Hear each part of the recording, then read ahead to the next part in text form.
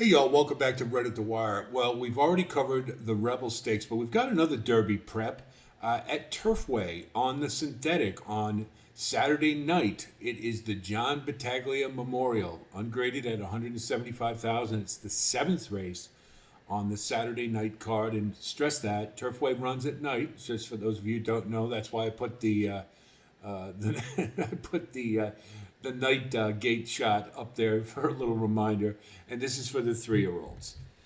We've got a full field of 12. A couple of these you may have heard of before. Studley Do Right, who ran at Saratoga at 2 and did pretty well. Calling card for Mike Maker, who was had some brief foray into stakes. Baby Max, who just won the Leonidas, which is the first in Turfway's Derby Prep Series. And of course, First Resort, who we saw win last year at 2 years old, and was certainly one we're watching coming in this year. Makes his 3-year-old debut. And Maximum Promise is one for Kenny McPeak, who's been kind of sneaky. Just ran in the Lecomte and didn't do too bad. So we've got a decent field to be sure. Taking a look at it, you're going to see we've got quite a few horses who like to run on the front end, and it's important to note a lot of them haven't run on the synthetic before. Now, Turfway synthetic is different than Gulfstream. It's different than Woodbine. They're all different. But the thing about Turfway that we know, those of us who play the cocktail lounge on a regular basis, sometimes it's speed favoring, sometimes it isn't. So it's imperative that before this race, watch the first couple and see how the track is playing. But from a race shape standpoint, you can see quite a few of these were early pace on dirt. That doesn't necessarily hold that they'll try to do that on synthetic. We'll go through them. Spirit Rags was a horse breaking the maiden and did so held off a pretty short price favorite. Leading them all the way. And I don't recall specifically whether Turfway was playing to speed that night, but it was a pretty good effort. I didn't necessarily. He seemed more of a grinder in so doing. And really, the thing that's the problem is the last two races have been Lasix added, and they're significantly better than what Spirit Rags has been running before that. He also might be elevated a little bit by the synthetic as opposed to dirt. That's entirely true. But I didn't see enough there to tell me that this one can take him all the way around the track, and I'm going to let go. Shan had a pretty decent third in the Leonidas. Was very quick out of the gate, got a flyer, and was up amongst the leaders and before succumbing to Baby Max. And our favorite Chunk of Gold, who finished a very game second in that race. To do that again, I don't know that I see enough there. They're certainly going to have to get faster, and I'm just not sure that he has the firepower to compete with the more prominent horses who have been added to this race. So Shan is a pass.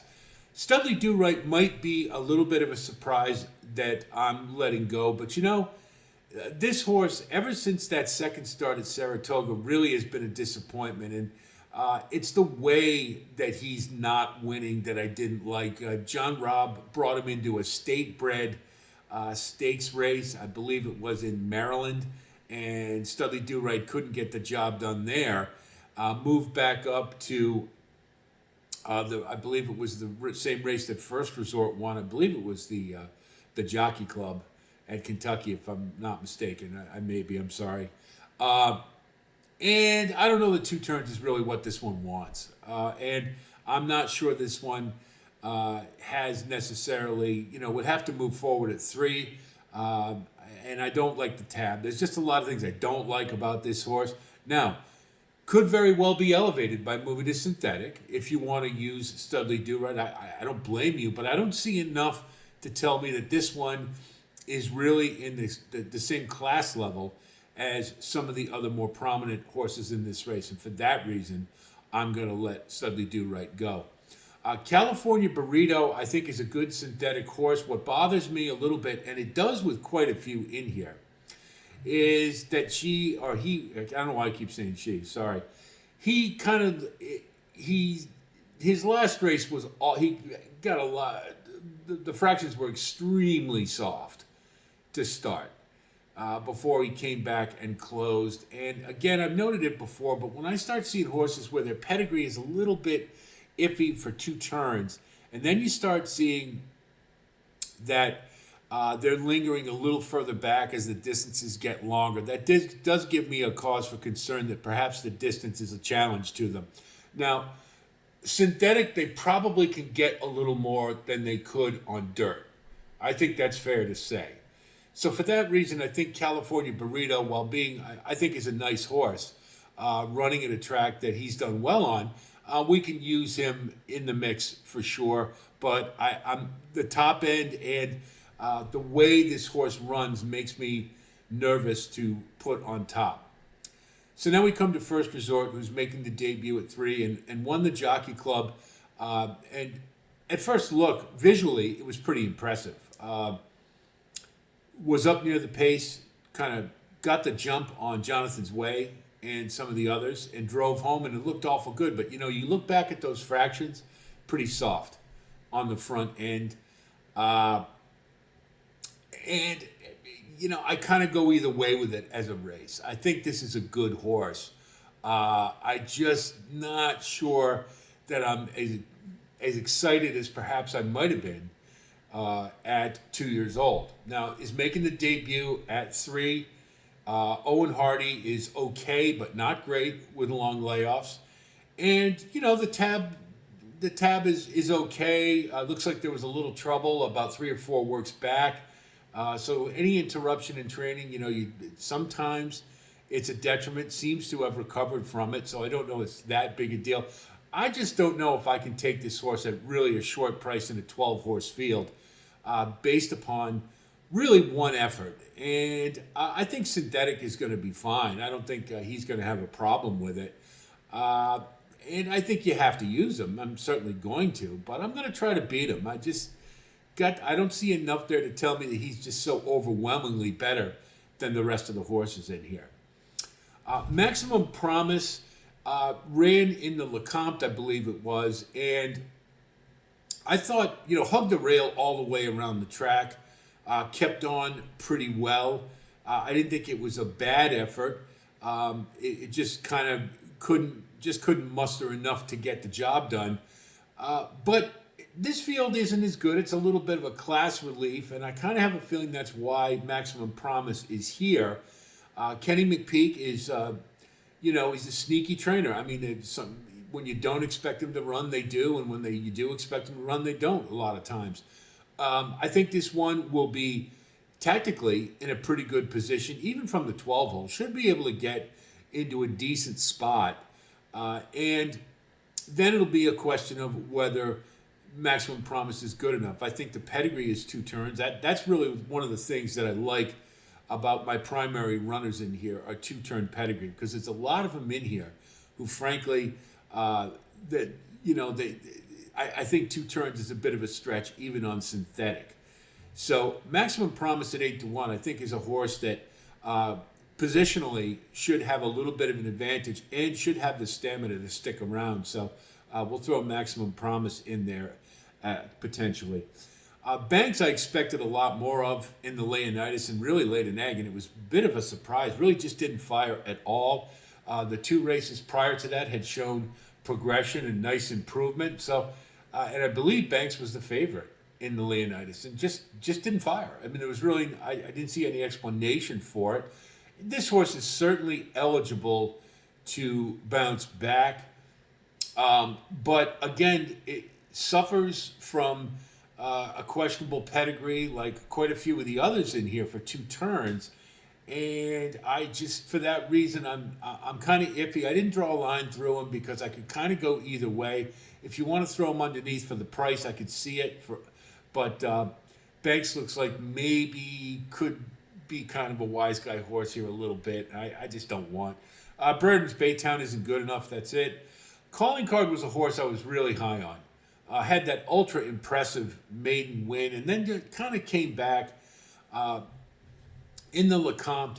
And if you go back and watch that race, basically had the same trip that Disco Time did, and carried on well. Ran, I thought, a good race, but it wasn't good enough. It just wasn't good enough. That was really all it was. So you get some class relief here. Mike Maker is doing very well at Turfway, and I think there's some things to like here. I do wonder that the pedigree isn't 2 turns, and so for that reason, it's hard for me to look at this one as a win candidate. But I think underneath at 10-1, absolutely. And for those of you who don't know, that's what the asterisk means. That I would use only for underneath and nothing more than that.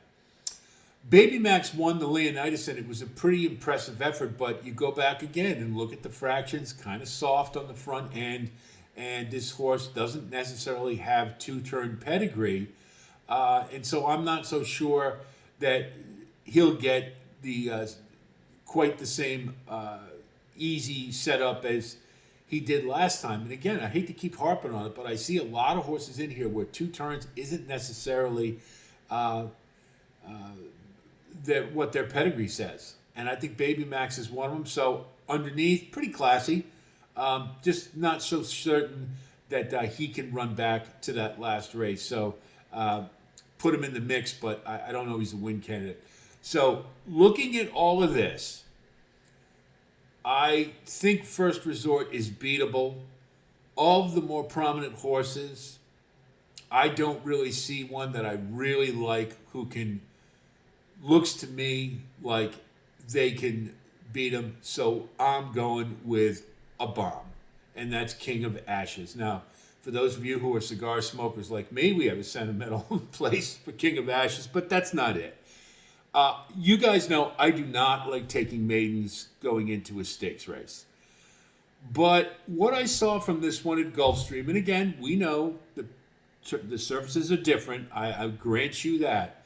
But I really liked what I saw, the turn of foot. Held off a good horse in Tomasello at the wire, showed some grit, and I liked the acceleration. I liked the kick, and more to the point, this horse has 2-turn pedigree.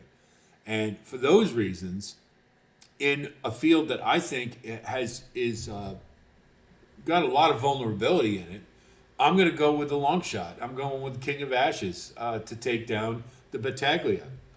So if we look at our wagering strategy, we're going to go bet King of Ashes to win, and then we're going to do our exactas. I think American Promise, to me, is a very good, or Maximum Promise, I should say, is a really good second choice here. And so we'll go 8-12, and then we'll go 8-9 with First Resort. And then California Burrito, I like for the third choice, so we'll go 8-5 there. And then we'll do a saver with 8 on top with 4 and 7. Trifecta, we're going to keep it real basic, real straightforward. If this does come in, we want to get paid, so we'll just use all of our horses. We'll go 8 with 5, 9, 12, with 4, 7, 5, or 4, 5, 7, 9, 12, and hope it comes in. I think this is a very interesting race, and there are a lot of ways to go for sure. But I think that, to me, as we often do in Derby preps, really when it comes time to separating the wheat from the chaff, we look at horses who have that 2-turn foundation and that 2-turn pedigree. And I think King of Ashes fits the mold there. And the others, really, to be honest, even the ones, aside from like Maximum Promise, I think the other ones, it's a little questionable. And so for that reason, why not go with the horse who's suited for 2 turns? For Brendan Walsh, who knows how to get a horse ready for races like this. And so we're going to go with the upset in the John Battaglia Memorial. Hope our analysis helps you with your own wagering strategy, and I wish you the best of luck as always.